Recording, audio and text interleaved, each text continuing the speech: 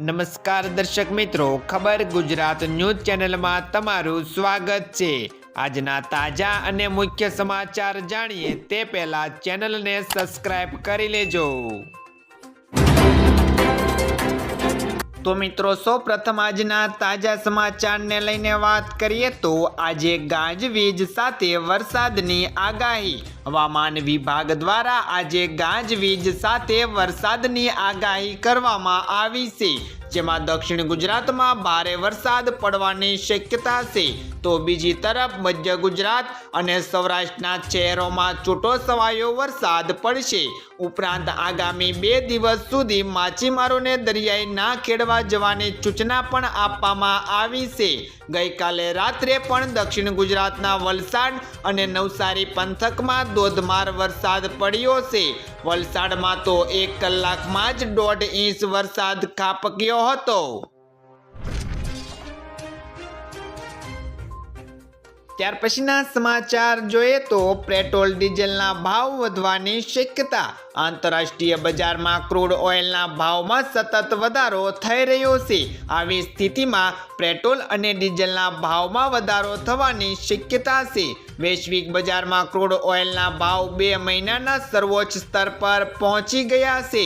Brent સ્કોલ $85.83 પ્રતિ barrel અને WTI crude $81.60 પ્રતિ બેરલ પર પહોંચી ગયું છે। જો ક્રૂડ ઓઇલના ભાવમાં આમ જ વધારો યથાવત રહેશે તો પેટ્રોલ અને ડીઝલ પણ મોંઘું થઈ શકે છે। ત્યાર પછીના મહત્વના સમાચાર જોઈએ તો સોના ચાંદી ખરીદવાની એક મહત્વની તક। સોના ચાંદીના ભાવ દિવસે ને દિવસે નવી સપાટીઓ સર કરી રહ્યા છે। આજે એટલે કે સોનાના ભાવમાં ઘટાડો જોવા મળ્યો છે। બજારમાં 24 કેરેટ સોનાની કિંમત પ્રતિ ગ્રામે 7,221 અને 22 કેરેટ સોનાની કિંમત પ્રતિ ગ્રામે 6,719 છે। અમદાવાદમાં 24 કેરેટ સોનાની કિંમત 72,210 પ્રતિ 10 ગ્રામ અને 22 કેરેટ સોનાની કિંમત 66,240 પ્રતિ 10 ગ્રામ છે। દેશમાં 10 ગ્રામ ચાંદીનો ભાવ 909 છે। આજે 1 કેજી ચાંદીનો ભાવ 91,900 છે। ત્યાર પછીના સમાચાર જોઈએ તો ગુજરાતમાં સ્થાપિત થશે 500 મેગાવોટનો વિન્ડ એનર્જી પ્રોજેક્ટ। ગઈકાલે કેન્દ્ર સરકારની કેબિનેટ બેઠકે ગુજરાત અને તમિલનાડુના દરિયાઈ કિનારે 500 મેગાવોટના ઓફશોર વિન્ડ એનર્જી પ્રોજેક્ટને મંજૂરી આપી છે, જેના માટે વાયાબિલિટી ગેપ ફંડિંગ યોજના હેઠળ ₹7,453 કરોડ ફાળવવામાં આવ્યા છે। પ્રોજેક્ટની મંજૂરી માટે સીએમ ભૂપેન્દ્ર પટેલે વડાપ્રધાનનો આભાર માન્યો હતો। આજે એક્સ પર પોસ્ટ કરીને લખ્યું કે આ નિર્ણયથી ગુજરાતમાં પવન ઉર્જા ઉત્પાદનને પ્રોત્સાહન મળશે। ત્યાર પછીના સમાચાર જોઈએ તો વાયુ પ્રદૂષણથી 21 લાખ લોકોના મોત। યુનિસેફના સહયોગથી અમેરિકાની સ્વતંત્ર સંશોધન સંસ્થા એવી હેલ્થ ઇમ્પેક્ટ ઇન્સ્ટિટ્યૂટે ચિંતાજનક આંકડા જાહેર કર્યા છે। તેમના એક રિપોર્ટમાં કહેવામાં આવ્યું છે કે વાયુ પ્રદૂષણને કારણે વર્ષ 2021માં દુનિયાભરમાં 81 લાખ લોકોના મોત થયા છે। જીવ ગુમાવનારાઓમાં 21 લાખ ભારતીયોનો સમાવેશ પણ થાય છે। તેમાં 5 વર્ષથી નીચેના 1,69,400 બાળકોનો સમાવેશ થાય છે। તો ચીનમાં પણ વાયુ પ્રદૂષણથી 23 લાખ લોકોના મોત થયા છે। ત્યાર પછીના સમાચાર જોઈએ તો કેન્દ્રીય ગૃહમંત્રી આવશે ગુજરાત। કેન્દ્રીય ગૃહમંત્રી એવા અમિત શાહ ગુજરાતના પ્રવાસે આવશે। આવતીકાલના રોજ અમદાવાદમાં 2 સ્માર્ટ શાળા સહિત કેટલા પ્રોજેક્ટને પણ તેના દ્વારા ખુલ્લા મૂકવામાં આવશે। આ સાથે ગાંધીનગરમાં વિકાસના કાર્યો પણ ખુલ્લા મૂકશે। કેન્દ્રીય ગૃહમંત્રી અમિત શાહ ગુજરાતના પ્રવાસે આવ્યા તે માટે સીએમ ભૂપેન્દ્ર પટેલ અને રાજ્ય ગૃહમંત્રી હર્ષ સંઘવી સહિતની હસ્તીઓ પણ તેને સ્વાગત કરવા માટે અમદાવાદ એરપોર્ટ પહોંચ્યા હતા।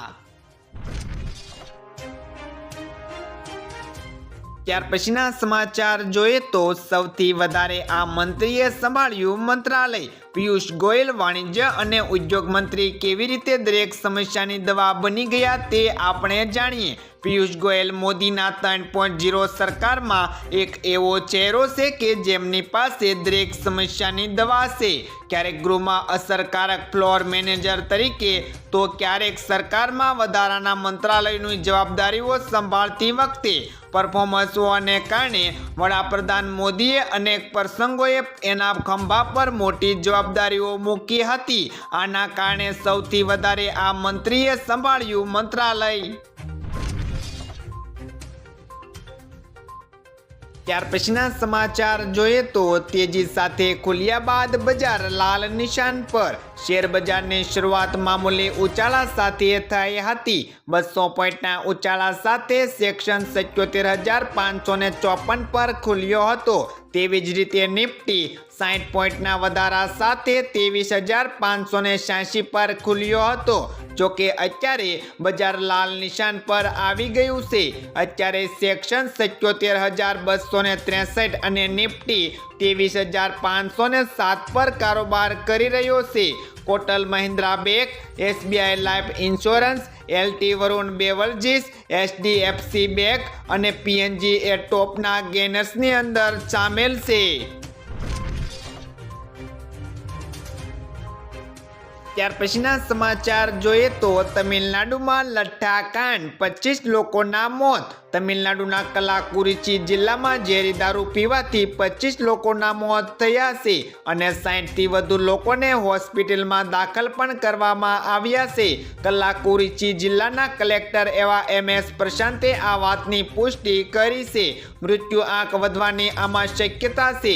ગેરકાયદેસર દારૂ વેચનારા 49 વર્ષીય કે કન્નુપુટીની ધરપકડ કરવામાં આવી પણ છે અને તેની પાસેથી જપ્ત કરાયેલા 200 લીટર દારૂની તપાસમાં તેમાં જીવલેણ મિથેનોલ મળી આવ્યો છે.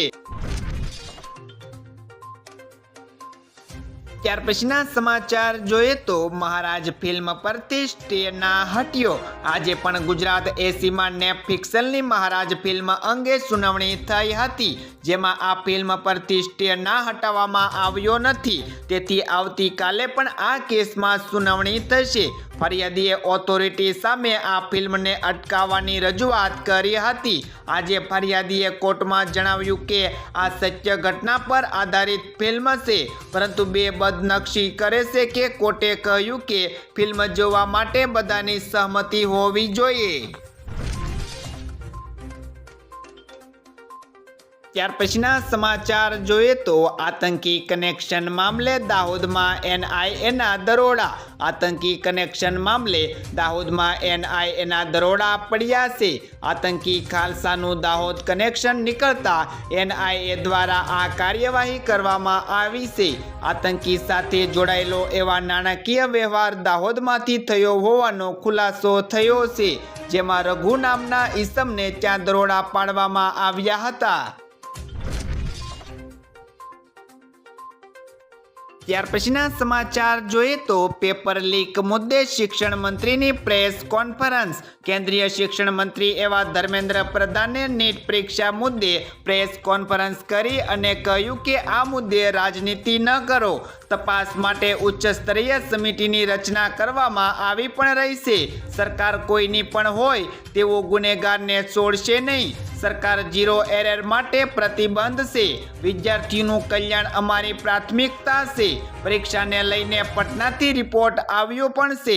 ટૂંક સમયમાં જ તમામ માહિતી તમને આપવામાં આવશે.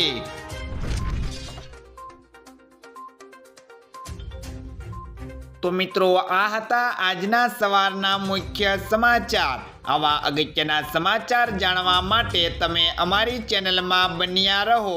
આભાર.